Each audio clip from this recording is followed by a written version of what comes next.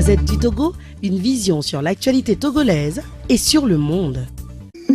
Radio Denigban, basée aux USA, partenaire de Fenêtre sur l'Afrique.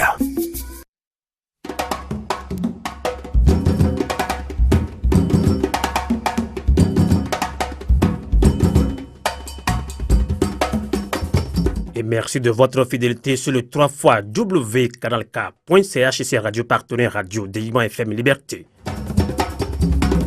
Le régime togolais est-il disposé à réaliser les réformes politiques? La perspective d'un rapprochement entre deux grandes entités de l'opposition va-t-elle contraindre le pouvoir de Faure Gnassingbé à opérer les réformes? Eh bien, amis auditeurs, dans un débat qui se fera tout à l'heure, Monsieur J.B. Bawara, ministre de la fonction publique, du travail et de la réforme administrative, a accepté de croiser le fer avec Dr Yves Kwea-Maïzo, consultant international, coordinateur du collectif pour la vérité des urnes, CVU Togo Diaspora. Eh bien, nous accueillons tout de suite en ligne, en direct depuis Lomé. Nous accueillons d'abord J.B. Bawara. Bonsoir. Bonsoir, monsieur Amos, et bonsoir à vos auditeurs, notamment à nos concitoyens togolais et togolais qui vous écoutent et qui vont cheminer avec nous au cours de ces échanges avec notre compatriote Yves Amaïzo. Merci beaucoup. Docteur Yves Kwea-Maïzo, bonsoir. Bonsoir Sylvain Amos et bonsoir à tous les auditeurs. Bonsoir monsieur le ministre. Merci. Eh bien, la toute première question rapidement, puisque nous avons que presque 50 minutes. La première question, je vais la soumettre au ministre J.B. Bawara. Donc, de la caducité de l'accord politique global en passant par la toute récente réaction du président du groupe parlementaire UNIR, donc parti au pouvoir Christophe Tchao, qui conditionne l'opération des réformes politiques par la remise à zéro du compteur concernant la limitation de mandat présidentiel.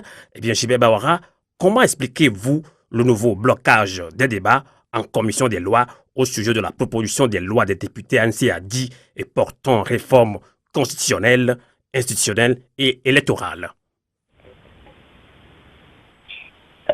Bonsoir, monsieur Amos, à nouveau, pour me donner l'occasion là d'apporter un certain nombre de clarifications et de précisions. D'accord. Concernant l'accord global. Vous savez, moi, j'en étais le rapporteur. Il y avait un bureau composé de Maître Agboïbor, de Mme Sangaïwala et de moi-même en tant que rapporteur. Et donc, je suis bien placé pour parler de l'accord politique global signé en août 2006. Tout à fait. Bien entendu, je ne vais pas reprendre à mon compte les propos disant que l'accord politique global serait caduc. J'estime que c'est une référence politique importante qui a déterminé un certain nombre de réformes politiques institutionnelles, le processus de réconciliation nationale, et que ce processus de réforme et de modernisation de nos institutions doit se poursuivre. Mais en même temps, je ne veux pas que nous fassions du fétichisme ou du dogmatisme avec l'accord politique global. Avec ou sans accord politique global, la question des réformes reste pertinente dans notre pays. Tout à fait. Nous avons l'obligation de nous poser la question de savoir est-ce que la manière dont les institutions sont organisées fonctionne nous permettent d'atteindre un certain nombre d'objectifs et de relever les défis auxquels notre pays est confronté. Quand je dis objectif, il s'agit bien entendu à la fois de renforcer et consolider l'unité et la cohésion nationale. Il s'agit de réaffirmer les valeurs démocratiques, les principes démocratiques et de l'état de droit.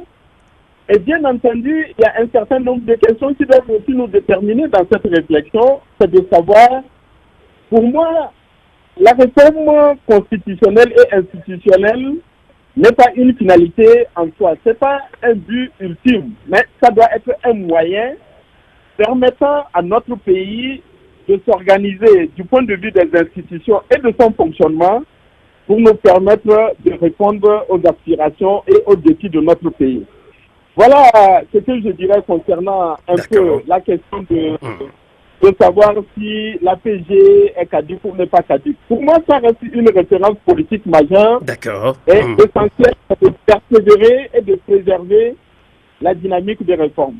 Deuxièmement, il y a eu bien entendu un échec des réformes en 2014. Pour moi, cet échec-là doit être mis sous le compte d'une conjonction de circonstances et de facteurs. Le premier élément, je voudrais rappeler, et j'étais au dialogue de Togo Télécom sous l'autorité de Monseigneur Bariga. Quand nous avons discuté, il est apparu qu'il était possible de parvenir à un compromis et même à un consensus pour opérer les réformes constitutionnelles et institutionnelles. Il y avait essentiellement 2 points de blocage.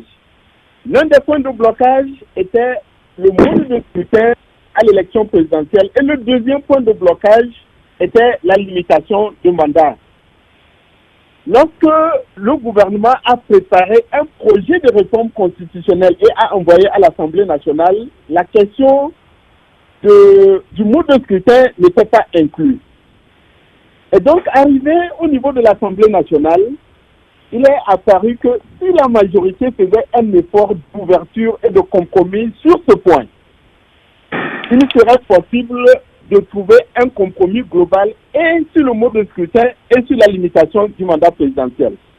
Malheureusement, nous avons eu un certain nombre de pseudo-juristes qui sont, à mon avis, plutôt des apprentis charlatans, qui ont prétendu que il y aurait un principe d'application immédiate et que la demande, qui est une demande légitime, de la majorité consistant à s'assurer que pour éviter de polémiques et de controverses ultérieures, précisons dans la réforme que la réforme dispose pour l'avenir, ce qui est un principe élémentaire du droit que j'ai étudié en Suisse. D'accord. Et donc, c'est en raison de ce blocage, de cette obstination de l'opposition, à refuser de consacrer un principe général qui veut que les réformes, la révision ou toute loi dispose pour l'avenir. Voilà une des raisons qui a été à l'origine de l'échec. Deux autres raisons justifient l'échec de 2014.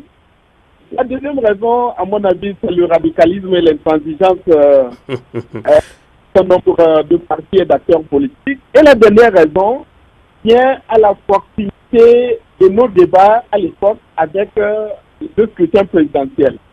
Il est évident que lorsqu'on ouvre ce genre de débat qui met aux prises un certain nombre d'intérêts politiques, de préoccupations des acteurs politiques, c'est difficile d'avoir le climat de sérénité et le climat dépassionné nécessaire pour approfondir les échanges et aller vers une réforme qui soit dépersonnalisée. On a toujours cherché à personnaliser. Okay. Et toute personnalisation de ce genre de débat ne peut aboutir qu'à l'échec. Les gens voulaient éliminer certains candidats par des méthodes détournées en voulant que la réforme soit rétroactive. Les calculs et les stratégies électoralistes et partisans, notamment de la part de l'opposition, tous ces facteurs-là ont conduit à l'échec de la réforme. D'accord. J'espère que nous aurons le temps de revenir maintenant sur la question telle qu'elle se pose aujourd'hui, parce qu'il me semble important maintenant de reposer le problème et de dire quelle est la situation aujourd'hui. D'accord. On a compris votre position, J.B. Bawara. Je rappelle que vous êtes ministre de la fonction publique, du travail et de la réforme administrative. Eh bien, ce débat, vous allez le faire, bien, vous allez le faire avec Dr Yves Ekwe-Amaïzo, qui est consultant international, coordonnateur du collectif pour la vérité des urnes, CVU Togo Diaspora. Eh bien, et Dr Yves Ekwe-Amaïzo, vous avez écouté le ministre J.B. Bawara, qui est une personnalité très influente du gouvernement togolais. Alors, est-ce que le ministre Bawara vous a-t-il convaincu dans sa réponse concernant le blocage des réformes politiques à l'Assemblée nationale? Et là, jusque-là, Dr Yves Ekwe-Amaïzo, le pouvoir et l'opposition se rejettent mutuellement la responsabilité du blocage. Alors, vous êtes aussi un homme de droit, puisque docteur en droit. Alors, que dit la loi sur la rétroactivité si, par exemple, les réformes se faisaient selon l'APG? Merci beaucoup, Sylvain. Je voudrais quand même que nous remettons tout ceci dans un contexte. D'abord, le temps de parole de Monsieur le ministre soit le même pour moi-même. Il n'y a pas de souci, allez-y. Il y a beaucoup de choses ont été dites. D'accord. Je vais essayer d'être simple et clair. Je crois comprendre que M. le ministre Bawara n'a pas de problème et même accepte le principe que l'accord politique global reste d'actualité. Donc, ce n'est pas caduc. Ce n'est pas la même chose que dit un certain nombre de membres du parti UNIR ou RPT. Mais restons sur ce qu'a dit M. Bawara. Donc, si ce n'est pas caduc, il va falloir réfléchir comment on le met en œuvre. Et la mise en œuvre pose un problème très simple. Nous qui sommes dans la diaspora, il faut savoir que M. le ministre parle à un fantôme. M. Amaïzo est un fantôme pour M. le ministre. Pourquoi? Parce que ce gouvernement et les gouvernements successifs de tout ce système militaro-civil n'a jamais voulu faire que la diaspora togolaise, 2,5 millions d'individus, puisse d'abord être recensés, ensuite avoir un droit de vote, et donc de pouvoir parler à égal avec Monsieur le ministre aujourd'hui. Cela étant dit, nous continuons à faire en sorte que l'objectif recherché, autant par le système que représente M. Bawara et nous, c'est que le peuple togolais aille mieux. Et pour qu'il aille mieux, il va falloir lui donner une alternative à des situations sociales, économiques, aujourd'hui droits humains, qui ne sont pas, en tout cas au niveau que chacun pourrait et souhaiterait l'avoir dans le pays. Nous irons dans le détail tout à l'heure. Ce point étant dit, je vais prendre rapidement tous les points qui ont été dits. Il faut être clair avec les populations togolaises. Quand les membres de l'opposition au Parlement, il s'agit de l'ANC et de Hadi, demandent qu'on puisse avancer sur les réformes constitutionnelles, institutionnelles et électorales, il y a 2 points qui font problème. Monsieur le ministre l'a dit, la notion de limitation du mandat présidentiel et bien sûr tout ce qui est une histoire d'organisation électorale. Il ne faudrait pas que l'un et l'autre deviennent un moyen de faire pression. C'est-à-dire, nous sommes au courant qu'il est question de mettre en place une constitution de 2 fois 7 ans. Je dis bien 2 fois 7 ans. Qui va commencer en 2020. Ce qui nous amène Faure Gnassingbé au pouvoir jusqu'en 2034. Avec des modifications possibles, donc ad aeternam. Est-ce que c'est de ça qu'il s'agit? Et c'est pour ça que, de manière générale, depuis l'accord politique global 2006, chacun, gouvernement comme opposition, on joue à un jeu dans lequel le temps a gagné sur tout le monde. Le CVJR qui a été mis en place, très bien. Sauf que quand c'est devenu Ashkroum, 2 notions fondamentales pour la diaspora et pour les Togolais ont disparu. La vérité, la justice. Comment un ecclésiastique qui dirigeait le CVJR pouvait ne pas mettre en valeur la justice? Si Dieu pardonne, il pardonne sur la base de la justice. Mais ça a été enlevé. Donc, ce que propose le système que M. Bawara défend, il n'y a ni la vérité, ni la justice. Il y a ce qu'il a dit, la réconciliation en payant les gens. Il s'agit de payer les gens. D'ailleurs, le nombre de gens retenus dans le rapport CVJR est d'une 20aine de personnes. Et les montants... On va revenir sur cette question de réconciliation. Parlons des questions des réformes d'abord. Yvan Maïzo, Dr. Yvan Maïzo.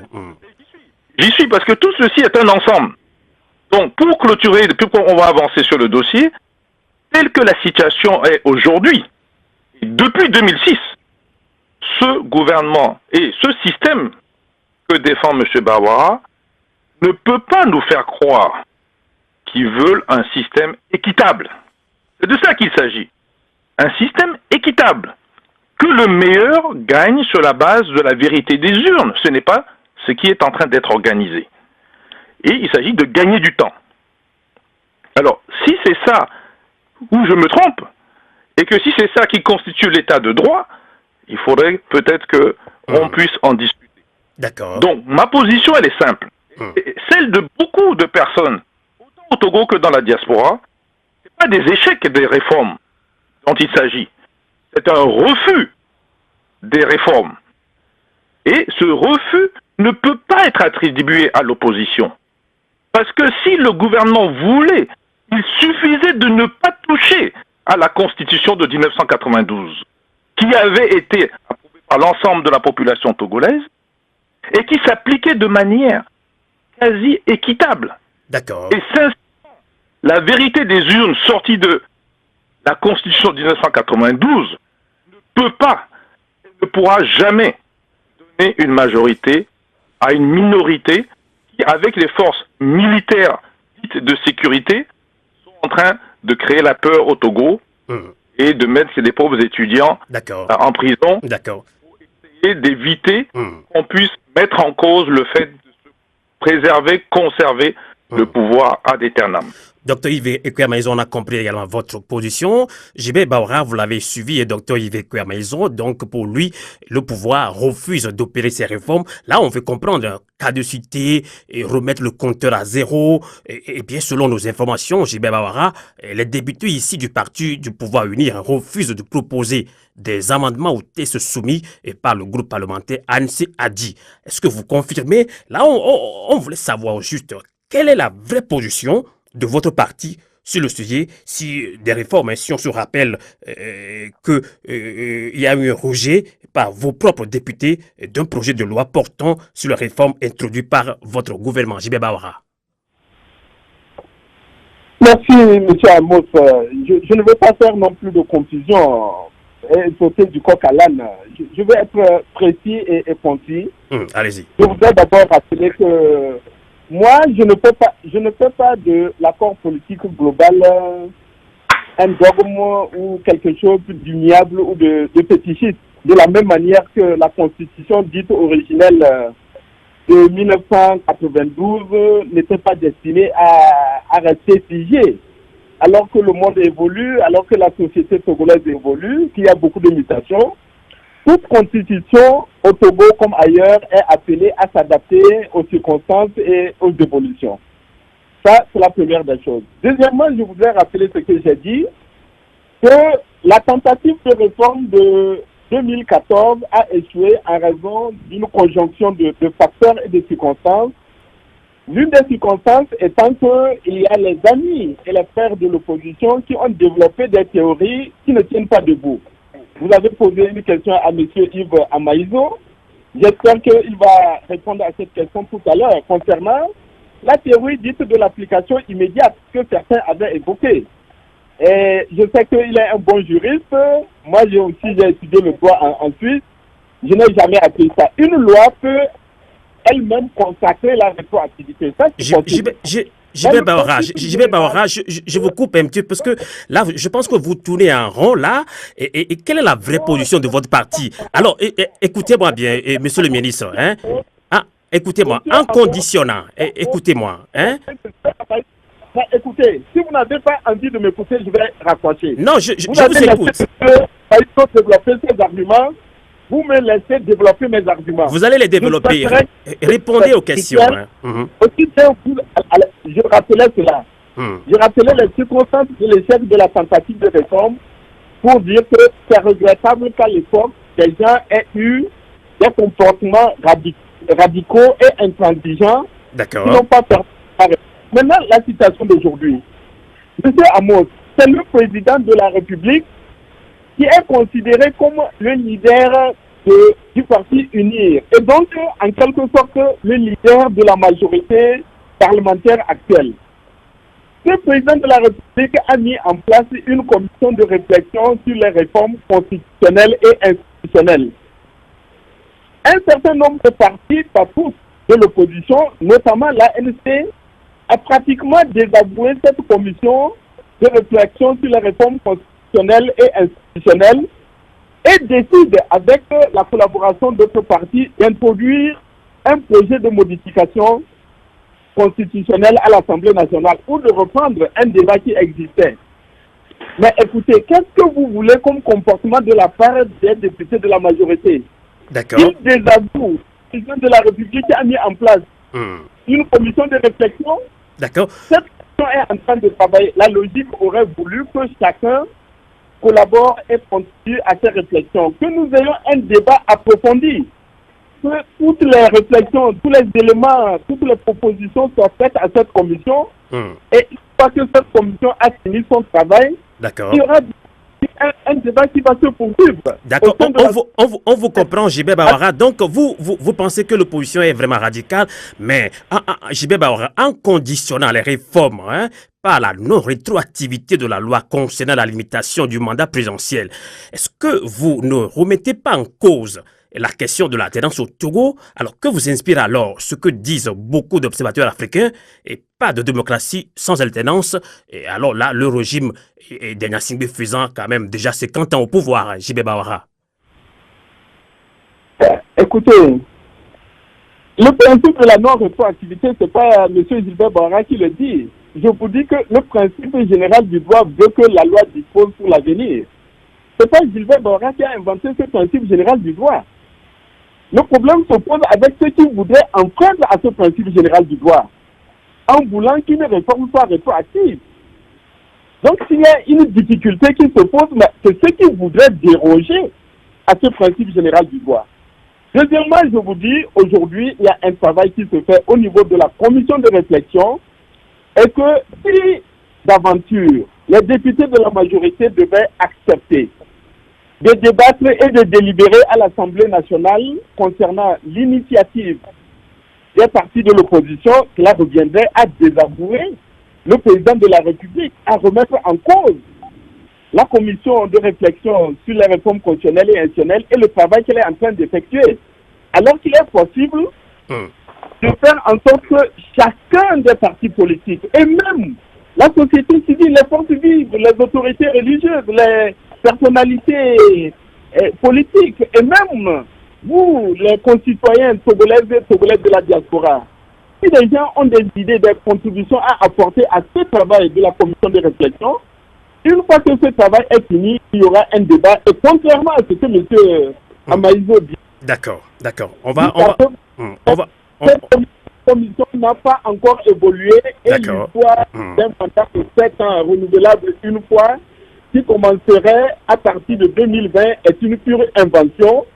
Mais je comprends qu'il n'est pas sur le terrain, mais je l'encourage à ne pas lire tout ce qui est écrit sur les réseaux sociaux. D'accord, qu'il cherche à s'informer. D'accord, on va pas... dans l'esprit d'un certain nombre de personnes. D'accord. Je n'ai jamais vu nulle part écrit qu'il y aurait un projet visant à consacrer un mandat présidentiel de 7 ans renouvelable une fois, à commencer à partir de 2020. D'accord. J.B. Bawara, on va aussi donner la parole au docteur Yves Ekwe Amaïzo, je le rappelle, il est consultant international, coordinateur du collectif pour la vérité des urnes CVU Togo Diaspora. Docteur Yves Ekwe Amaïzo, vous avez suivi le ministre J.B. Bawara, donc il parle de commission pour pouvoir plancher sur ces réformes-là. Alors, le pouvoir et l'opposition ne s'entendent pas, surtout sur la limitation de mandat présidentiel. Alors, docteur Yves Ekwe Amaïzo, estimez-vous que le pouvoir soit, quant à lui, dans une logique de conservation du pouvoir? Alors, je vais répondre à votre question, mais le ministre Bawara a posé un certain nombre de points, je vais y répondre. Exactement, allez-y. La notion de non-rétroactivité. Personne ne conteste cela. Il y a des textes de droit où vous avez la rétroactivité. Il suffit de le voter. Si on n'en veut pas, il suffit aussi de le voter. Donc, qu'est-ce que j'essaie de dire? S'il y a des propositions des partis minoritaires à l'Assemblée qui se fait, que le pouvoir soit d'accord ou pas d'accord, à la rigueur, ce n'est pas important. Un Parlement est fait pour discuter, finalement prendre une décision avec un vote. La commission de réflexion que le chef d'État a mis en place, et que quand on suit bien M. Christophe Chao, votre représentant du parti UNIR, qui est donc le chef de groupe là-bas, a dit, et de manière précise, qu'il n'a pas bloqué le mécanisme. Il a seulement ajourné.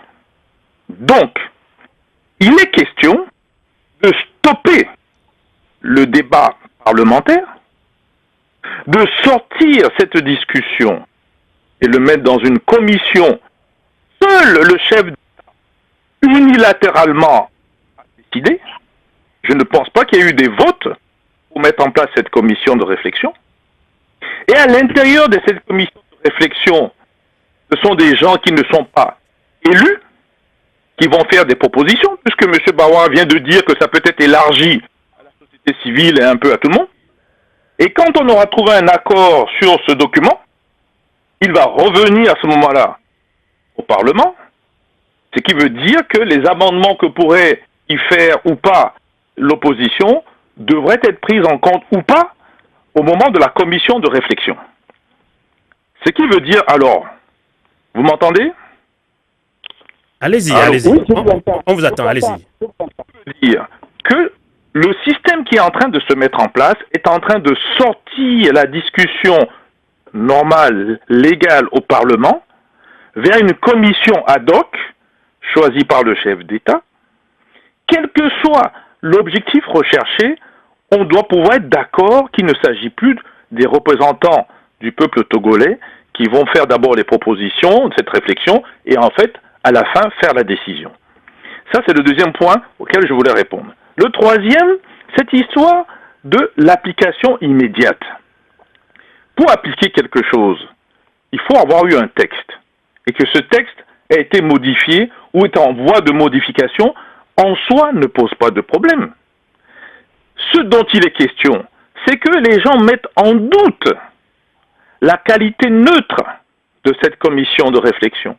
Si cette commission de réflexion avait été faite sur des bases paritaires, dans lesquelles chacun a eu la possibilité de voir qu'il sera réellement représenté, et que son point de vue sera pris en compte et non pas rejeté en commission, ce qui veut dire que le texte qui va rentrer au Parlement sera un texte sur lequel la plupart des amendements auront été éjectés au moment de la commission de réflexion.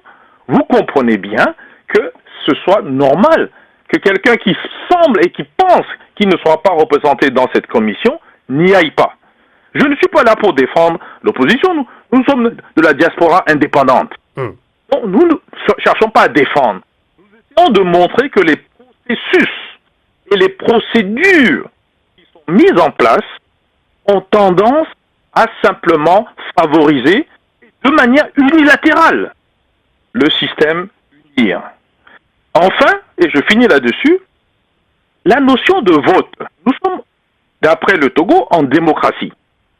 Mais quel est le problème de soumettre un texte, puisqu'il y a une majorité automatique de la majorité présidentielle au Parlement.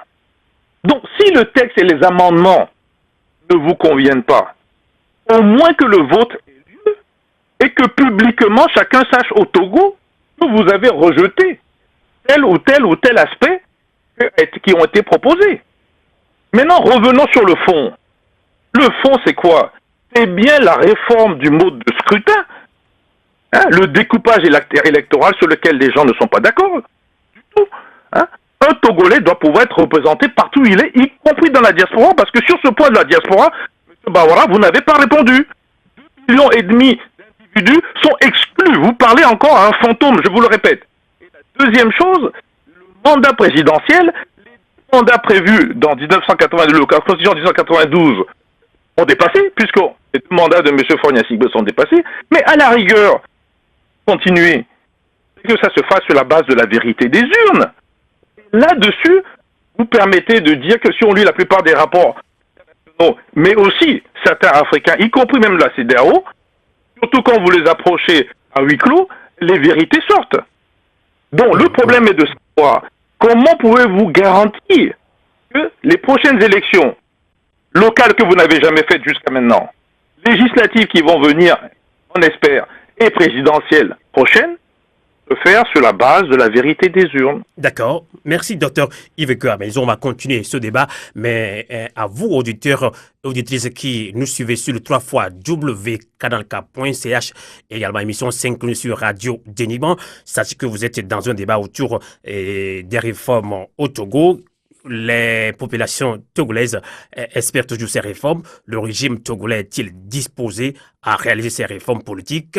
La perspective d'un rapprochement entre deux grandes entités de l'opposition va-t-elle contraindre le pouvoir de Faure Gnassingbé à opérer ces réformes? Nous en débattons avec J.B. Bawara, ministre de la fonction publique, du travail et de la réforme administrative, et Dr Yves Guamaizo, consultant international, coordonnateur du collectif pour la vérité des urnes, CVU Togo Diaspora.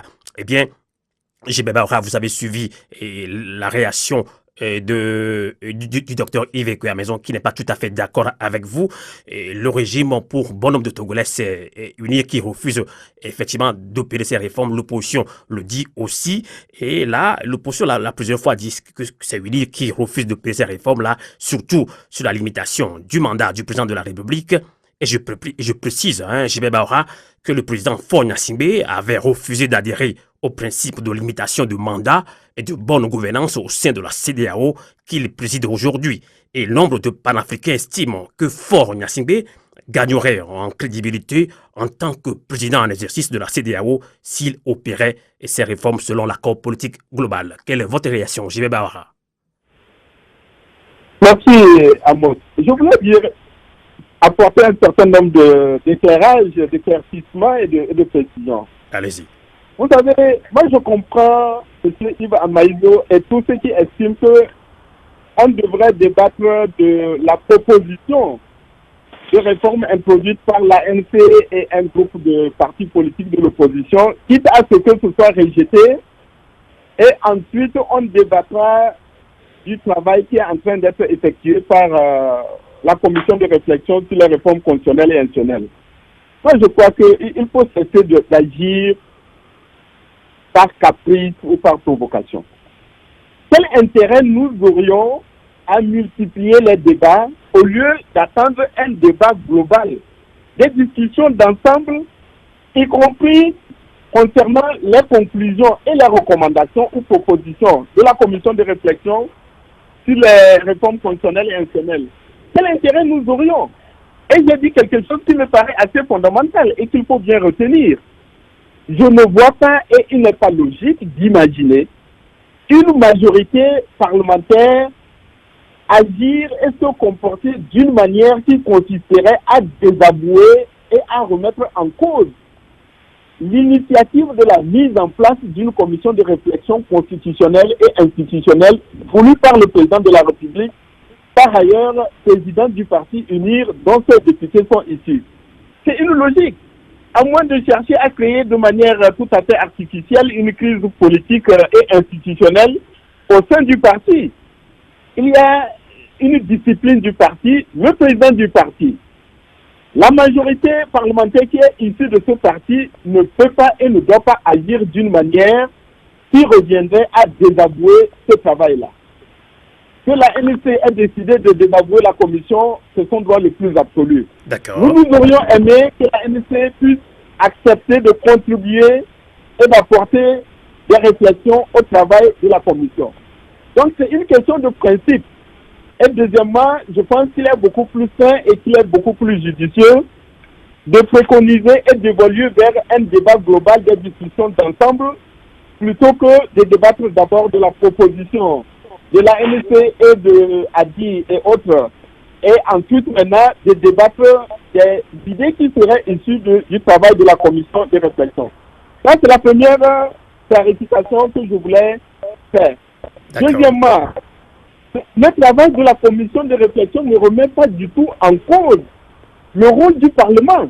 Au contraire, l'existence de cette commission de réflexion ouvre la possibilité d'un débat large et approfondi parce que n'importe quel citoyen togolais, qu'il soit à l'intérieur du pays ou qu'il soit à l'extérieur, et je voulais rassurer M. Guamaizo, pour moi, il n'est pas un fantôme, c'est un concitoyen je lis avec beaucoup d'intérêt et d'attention cette contribution. Mais J.B. Bawara, le pouvoir togolais n'a jamais compté la diaspora, n'a jamais ressenti la diaspora.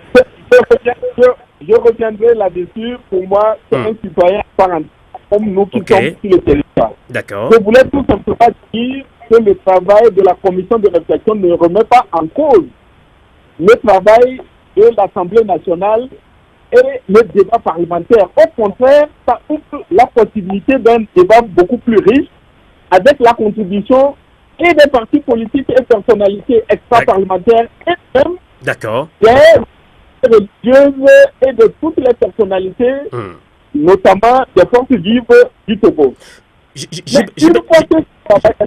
D'accord. Mais pas que ce travail est fait.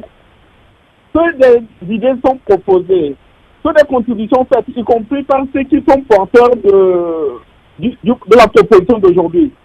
Même si ces propositions sont rejetées, mais quand le texte ira à l'Assemblée nationale, parce que nécessairement ça ira à l'Assemblée nationale, mais ils peuvent encore réintroduire leur amendement. Et le sort qui leur aurait été réservé actuellement, c'est le même sort qui leur serait réservé si ces amendements auraient été acceptés. D'accord. Il n'y a pas de raison introduit dans le cadre des conclusions et des propositions de la commission, ces amendements soient rejetés. D'accord. On a compris votre position sur cette commission pour aboutir aux réformes politiques. Et J.B. Bawara, si vous répondez tout droit à mes questions, ce sera aussi bien pour nous dans ce débat. Je vous avais posé cette question. Nombre de panafricains estiment que Faure Gnassingbé gagnerait en crédibilité en tant que président en exercice de la CEDEAO s'il opérait ces réformes selon l'accord politique global, puisque vous-même vous venez de le dire que l'accord politique global n'est pas caduque. J.B. Bawara. Vous savez, c'est votre droit le plus absolu de mettre votre opinion sur la situation politique, la crédibilité des dirigeants de tel ou tel pays. Je préfère la démocratie réelle. Les possibilités qui sont offertes, comme nous le faisons en ce moment, de débattre, d'échanger sur les problèmes de notre pays. Pour moi, la question des réformes constitutionnelles et institutionnelles, ce n'est pas une question qui doit être personnalisée. On ne fait pas les réformes constitutionnelles et institutionnelles parce que ça va plaire à M. Faure Gnassingbé, ça va améliorer sa crédibilité. On ne le fait pas parce que ça va faciliter l'accès au pouvoir de tel ou tel citoyen. On le fait parce que notre pays en a besoin. D'accord. Nous devons agir dans le sens de l'intérêt du pays. Comment nous agissons pour renforcer la cohésion du pays, l'unité du pays? Comment nous organisons les institutions et nous les faisons fonctionner de manière à ce que la bonne gouvernance, l'état de droit, le développement, la prospérité et le bien-être partagé soient au rendez-vous? Tous ces débats-là consistent à dire les réformes, ça aiderait à la crédibilité de telle ou telle personne. Moi, je ne suis pas à ce niveau-là. D'accord. Et vous, dans notre sous-région, même en Afrique de l'Ouest, là, nous avons des pays où, du point de vue formel et légal, on peut dire que c'est de bonne démocratie, mais dans la réalité, dans la pratique quotidienne. D'accord. Dans le quotidien, ce n'est pas ça qui est en train de se passer. D'accord. Moi, je pense que le débat qui a lieu au Togo nous permettra, en définitive, d'opérer les réformes, de moderniser nos institutions, de faire en sorte que nous puissions évoluer dans le sens de la réaffirmation des libertés, des principes et valeurs démocratiques. D'accord. Et même, que certains appellent de leur deux. Mais l'alternance, ça doit être à la fois une alternance démocratique et par la voie des urnes. D'accord. Et donc, nous définirons en définitive. Si en 2000, les Togolais avaient indiqué qu'il fallait consacrer l'alternance, j'aurais voté pour un autre candidat. D'accord. Monsieur, il nous parle de la vérité des urnes. Vous savez, moi, j'étais ministre de l'administration territoriale. On va revenir là-dessus. On va revenir là-dessus. Vous avez eu largement eu le temps. On va revenir sur la vérité des urnes. Il nous reste encore une vingtaine de minutes. Eh bien, docteur Yves Ekoya-Maizo, partagez-vous cette opinion de ces observateurs qui pensent que Faure Gnassingbé gagnerait en crédibilité en tant que président en exercice de la CEDEAO s'il opérait les réformes politiques selon l'accord politique global? Alors, d'abord, je constate qu'on est d'accord avec M. le ministre Bawara et le système qu'il représente sur une chose. On est d'accord que le Togo a besoin de réformes. institutionnelle, etc. C'est le seul point d'accord que nous avons pour le moment. Sur la notion de crédibilité, votre question, il faut compléter votre question. Crédibilité par rapport à qui? Vous savez, la présidence tournante de la CEDEAO ou n'importe quelle institution régionale ou sous-régionale, c'est généralement planifié d'avance. Et vous n'avez pas beaucoup de budget et souvent vous ne pouvez pas faire beaucoup de choses. Mais si les chefs d'État de la sous-région, donc de la CEDEAO, les 15 pays, attribuent cela au Togo, c'est au Togo et non pas un individu. Celui qui aujourd'hui représente le Togo se trouve à être Faure Gnassingbé. Donc, je dirais que la crédibilité est du côté des chefs d'État de la sous-région. Maintenant, si vous parlez de la crédibilité de la population, qui, elle, se dit, le seul chef d'État qui refuse d'accepter le principe de deux mandats et on s'en va, s'appelle Faure Gnassingbé. Alors là-dessus, je pense que la crédibilité des Togolais et des Togolaises sur ce point particulier pose problème. Mais c'est libre à celui qui occupe ce poste de modifier cela. Le deuxième point, je voudrais faire un point de droit. Vous savez, quand vous êtes au Parlement, il y a deux façons de faire entrer des lois. Ce qu'on appelle la proposition de loi qui vient des députés, qui représentent le peuple. Et vous avez le projet de loi qui vient du gouvernement ou du chef de l'État. Ce que dit monsieur le ministre Bawara, c'est qu'il y a en fait une proposition de loi qui vient des députés. Il se trouve que ce soit ceux de l'opposition, le groupe ANC et le groupe ADI, ensemble, que ce soit sous la forme de modification d'amendement, mais ça vient des députés. Et il y a une proposition qui est celle de chef d'État, travailler avec son groupe UNIR, qui doit passer par la commission de réflexion. Jusque-là, je ne vois pas de problème en soi. Le problème vient que on veut imposer le projet de loi, c'est-à-dire qu'il vient du président et donc du gouvernement à l'ensemble du Parlement, sous prétexte qu'on veut gagner du temps, sous prétexte que maintenant l'ensemble des citoyens de la société civile vont mettre leur nez dans ce dossier, en sachant d'ailleurs que c'est pas n'importe qui va pouvoir comprendre ce qui traite en fait ces éléments-là. Il faut quand même avoir un minimum. Quand on parle de commission, il y a quand même un minimum de demande de compétences derrière pour pouvoir modifier ou amender ou faire des propositions. Et que ce débat large dont on parle, qui peut être même étendu à la diaspora, suppose que cette diaspora elle-même soit d'abord recensée, comptée et qui ait le droit de vote. Ce qui n'est toujours pas le cas et M. le ministre ne veut pas répondre à cela. Nous sommes donc toujours, M. Amaezo est un fantôme. Et les 2,6 millions ou 7, toujours des fantômes. D'accord. Alors, le dernier point, il y a proposition de loi et projet de loi venant du gouvernement, proposition de loi venant du Parlement, sincèrement, je ne vois pas pourquoi il doit avoir ce grand débat.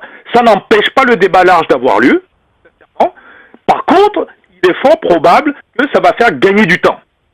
Et ce temps, depuis 2006, cette proposition, cette commission aurait pu avoir lieu. On est passé par des détours, CVJR, HCOM et bien d'autres encore, et il n'est pas encore un autre détour, comme les Canadiens disent, le contournement du contournement. D'accord. À force de contourner, on fait du surplace.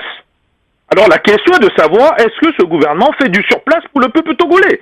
Parce que si c'est du surplace, tout ce qui aspire, tout ce qui vient d'être dit, d'aller vers des réformes, risque de faire du surplace. Exactement. Et je finis sur un dernier point, et qui est très important. Personne n'est contre la commission de réflexion en tant que telle.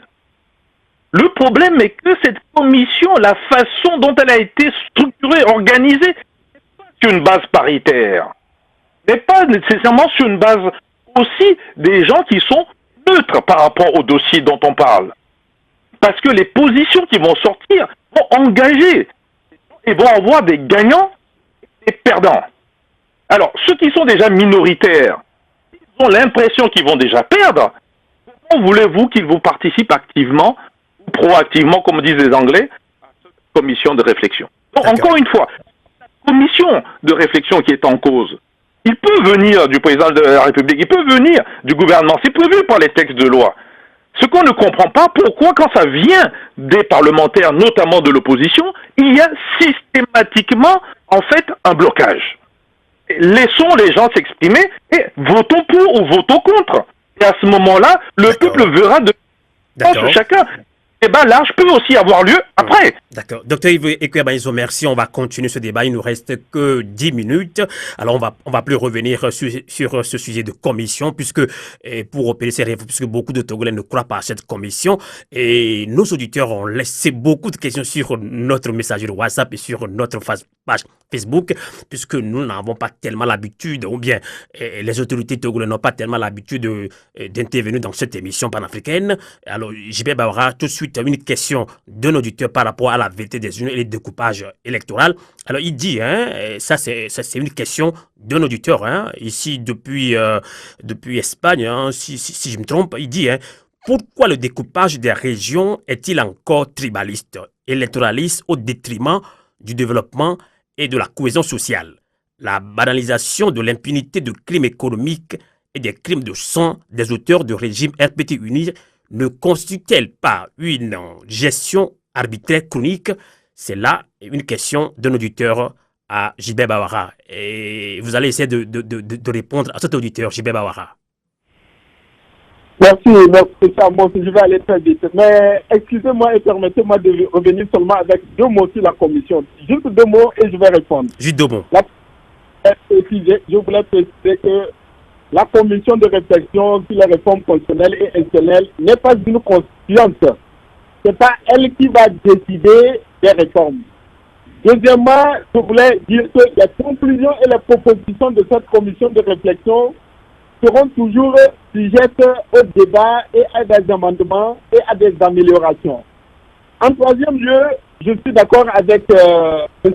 Yves Amaïzo qu'il n'est pas question d'imposer à qui que ce soit les propositions et les conclusions qui seront issues de la commission de réflexion. Mais inversement, je ne comprends pas pourquoi il imagine que l'opposition qui est aujourd'hui minoritaire au plan politique cherche à imposer son point de vue à la majorité au point même de vouloir conduire cette majorité à désavouer et à remettre en cause une décision et une initiative fondamentale du président de la République.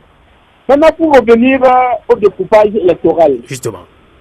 Ma conviction a toujours été, et je l'ai dit tout au long de nos débats, que nous devons œuvrer à renforcer l'unité et la cohésion du pays et nous sentir, quels que soient nos lieux de naissance et d'origine, qu'on soit aujourd'hui sur le territoire national ou à l'extérieur, comme des Togolais à part entière. Les partis politiques sont censés avoir une implantation nationale. De Saint-Cassé à Aného, de Badou à partout sur le territoire national, tous les partis politiques doivent chercher à conquérir l'électorat où qu'il se trouve. Alors, je ne sais pas, on parle de tribalisme et de régionalisme sur la base de quoi? Sur quelle base on doit présumer qu'une localité ou une région serait un fief ou une citadelle imprenable de UNIR, de l'ANC, de ADI ou je ne sais pas de n'importe quel parti politique. Mais actuellement, l'opposition dénonce cela. L'opposition est en train de dénoncer ça. Justement, je me dis, quel que soit le découpage, les partis politiques doivent se battre partout sur le territoire national pour conquérir les voix. Il n'y a aucune localité, il n'y a aucun groupe de citoyens qui appartiendrait à un parti politique ou à un leader politique. Nous devons en sortir et œuvrer davantage pour la cohésion. Deuxièmement, vous savez, tout ce qui est un peu outrancier, excessif, est nuisible et n'est pas nécessairement utile. Moi, j'entends beaucoup de choses, banalisation de l'impunité de telles choses. Mais il y a des faits avérés. Mais même quand on n'est pas sur le territoire national, notre concitoyen qui est en Espagne, qu'il écrive à un magistrat ou à un tribunal pour dire, bon, je tiens des informations indiquant D'accord. Citoyen, même qu'il est ministre, député, ou qu'il est responsable d'une société, a commis des forfaits. D'accord. Gilbert Bawara, je me permets, je suis désolé, je me permets de vous couper parce qu'on va clôturer le débat, puisque à Radio Canal Con sera automatiquement coupé. Alors pour conclure ce débat, réponse directe, question directe, réponse directe. Alors que direz-vous pour conclure ce débat? Vous avez 2 minutes. À quelles conditions les réformes se feront? Est-ce qu'il faut mettre le compteur à zéro? Est-ce qu'il faut appliquer l'accord politique global? Que direz-vous pour conclure ce débat, puisque les Togolais de la diaspora espèrent que vous disiez quand même à tous les Togolais que dit concrètement le pouvoir uni par rapport à ces réformes? Les réformes se feront ou pas? J.B. Bawara. La première chose, les réformes sont nécessaires et indispensables parce qu'une société qui évolue doit toujours adapter Tout à fait. ses institutions de manière à ce que ces institutions répondent aux aspirations de la population. L'accord politique global reste pour moi une référence politique et même une référence morale. Parce que quand on signe un compromis de bonne foi, il faut veiller à son respect. En toute hypothèse, cet accord politique ne doit pas non plus devenir la Bible ou le Coran. Entre 2006 et 2017, il y a de nombreuses évolutions. Il y a eu beaucoup de changements. Et ces changements doivent être pris en compte. Deuxièmement et troisièmement, le problème n'est pas de mettre les compteurs à zéro ou non. Je dis, les réformes doivent être débattues. Les propositions qui seront faites seront étudiées. Et il faut opérer ces réformes conformément aux attentes des Togolais et dans le principe juridique. Le principe fondamental, c'est que la loi dispose de l'avenir. Sauf dispositions contraires, nous ferons des réformes et ces réformes nous permettront de nous projeter dans davantage de modernité démocratique, de réaffirmer et de renforcer les libertés et les principes démocratiques et de consolider l'état de droit dans notre pays pour que l'élan de développement économique que nous avons pris, que davantage de Togolais soient en mesure de contribuer et que nous puissions être le pôle de stabilité, de paix et de prospérité que nous avons été et que nous sommes en train de forger à nouveau.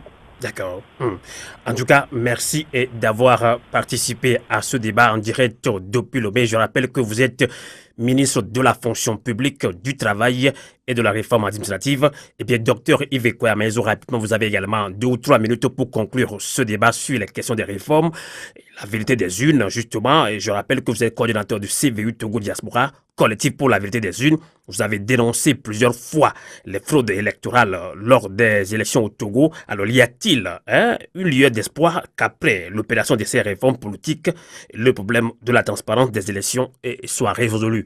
Votre mot pour clôturer ce débat, Dr Yves Kwame-Aizou. Merci beaucoup, Sylvain. D'abord, je tiens à remercier Monsieur le ministre pour ce débat cordial, puisque ce n'est pas toujours le cas quand nous discutons avec le gouvernement. Alors, la deuxième chose, il faut quand même qu'on soit clair. Un député ne peut pas être représentant de seulement 10 voix quand un député de l'opposition est obligé d'avoir 500. Donc, le découpage électoral, il faudrait qu'on revoie ça. Le troisième point qui est encore plus grave, ou plutôt qui est un souhait, et je pense sincèrement, pour la vérité des urnes au Togo, et pour le fait qu'on puisse avancer, il faut que le président Faure Gnassingbé annonce, comme le président Angola l'a fait, qu'il ne se représente pas en 2020. D'accord. Et le dernier point, c'est que, monsieur le ministre, vous n'avez pas répondu si la diaspora va être comptée, recensée et avoir le droit de vote. Ce qui veut dire concrètement que nous allons finir ce débat et je suis toujours un fantôme. Et la diaspora avec moi. Monsieur le ministre, vous avez 1 minute. Est-ce que la diaspora sera comptée? Quelle est votre relation avec la diaspora togolaise? 1 minute seulement, 1 minute. Non, la diaspora togolaise est une force importante. D'accord.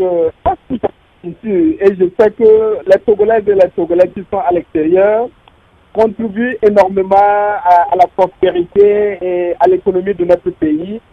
Et bien entendu, le jour où les circonstances le permettent, en termes de disponibilité des moyens, il faut faire en sorte que les Togolais de l'extérieur soient en mesure d'apporter une contribution renforcée au niveau politique. Donc ce n'est pas pour maintenant, ce n'est pas pour maintenant. Donc on va devoir attendre longtemps alors, monsieur le ministre. ne soyez pas désespérés et ne soyez pas impatients à mort. D'accord. Merci beaucoup d'avoir participé à ce débat en direct depuis Lomé. Yves Ekoyama, ils ont 1 minute pour dire un mot à la diaspora togolaise qui est nombreuse à l'écoute de cette émission. Yves Ekoyama, allez-y, 1 minute. Le mot est beaucoup plus pour Monsieur le ministre, parce que Monsieur le ministre, votre gouvernement a créé 3 diasporas. La diaspora qui est alignée sur UNIR, la diaspora qui est silencieuse et la diaspora qui est indépendante, qui se débrouille tout seul. Il y a même une diaspora qui fait ce qu'on appelle le recto verso et qui change de camp toutes les 2 minutes. Il ne faut pas faire cela. Il faut nous amener à avoir une unité qui fasse avancer le Togo. La diaspora indépendante togolaise, elle existe. Il y a une structure qui s'appelle le Conseil mondial de la diaspora togolaise. Il y a plusieurs structures où nous sommes regroupés. Merci. Il n'est pas normal que vous receviez des budgets et que ce ne soit pas envoyé que nous puissions travailler sur ce genre de dossier qu'on a discuté aujourd'hui ou d'autres. Donc, de grâce, faisons un effort que nous ne soyons plus des fantômes. D'accord. Je pense que le message est passé. Merci à toutes et à tous et restez en notre compagnie pour ce débat. Je sais que vous avez beaucoup de questions à poser au docteur Yves Ekoyama ou surtout au ministre Gilbert Bahora, ministre de la fonction publique, du travail et de la réforme administrative. Mais le temps imparti est très peu. Merci à vous. Je pense qu'on peut remettre ce débat dans quelques jours pour recevoir encore d'autres personnalités influentes du pouvoir au Togo. Merci à vous et très bonne continuation sur Radio Canal K et nos radios partenaires Radio Dénigbon aux États-Unis. Mais quant à nous, on peut encore vous retrouver sûrement samedi prochain pour d'autres actualités sur le Togo et l'Afrique. Merci et bonsoir et bon week-end. La Gazette du Togo, une vision sur l'actualité togolaise et sur le monde. Rejoignez-nous sur le www.lagazettedutogo.com ou sur nos comptes Facebook, Twitter et YouTube.